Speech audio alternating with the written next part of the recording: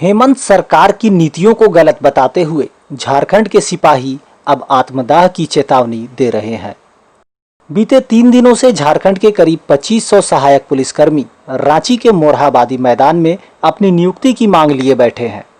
Letter जो मांग पत्र था उसे वहाँ के क्लर्क वगैरह द्वारा रिसीविंग करा दिया गया और रिसीविंग मिलने के बाद फिर हमारे जवान आए और उनको इंस्ट्रक्शन दिया जा रहा है कि आप जल्द से जल्द आंदोलन खत्म कर दीजिए। तो आप लोग क्या करते हैं? तो हम लोग सर एक रिसीविंग से कैसे हो सकता है, अपना मांग पत्र मेरा हुआ या न हुआ कैसे पता चलेगा, उस पर विमर्श होगा तो हमें वो ज्ञापन और जी उसको नोटिस के माध्यम से हम लोग को सूचित कर दिया जाए कि आप लोग की सारी मांग ली गई है, चाहे इतना मांग को स्वीकार कर लिया गया है। एक ठोस निर्णय के बाद हम लोग अपना आंदोलन खत्म करेंगे। झारखंड में प्रशासनिक सेवा के रूप में सहयोग देने वाले सहायक पुलिसकर्मी अब अपनी वर्दी पर ही खुद को अपमानित महसूस कर रहे हैं। इनका कहना है इस कठिन परिस्थिति में जीने से बेहतर है कि हम यही आत्मदाह कर लें।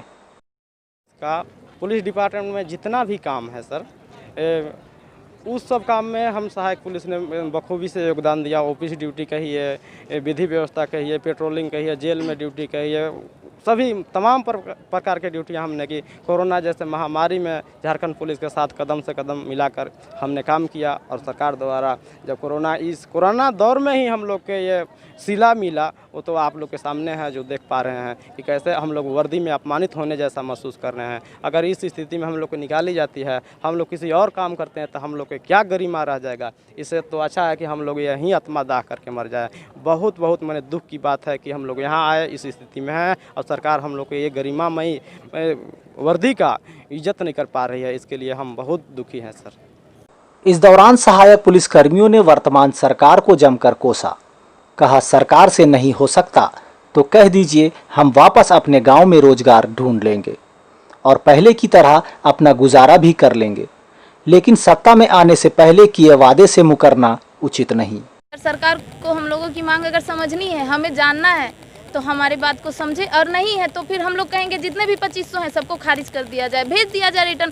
पहले जिस तरह से गुजारा करते थे हम लोग फिर से वही गुजारा करेंगे। कोई खेत में हल चलाएंगे या किसी के घर में काम करेंगे, लेकिन जो करेंगे, लेकिन यहाँ से मांग हम लोग का पूरा होगा तब जाएंगे। और नहीं करना है तो हम लोगों को एक ही बार में सबको बोल दिया जाए कि आप लोगों को हटाया जाता है, हम लोग सीधे अपने घर चले जाएंगे। हाँ, जब वो बोले तो फिर मुकर क्यों रहे हैं अपने बात से? हम लोगों का कहना है आपको जब वोट लेना था तब हमारे घर आए, हमारे माँ बाप को आश्वासन दिया, हमें आश्वासन दिया कि हम लोग आपके लिए अच्छा करेंगे। जब करना है तो उस वक्त आप कहाँ चले गए?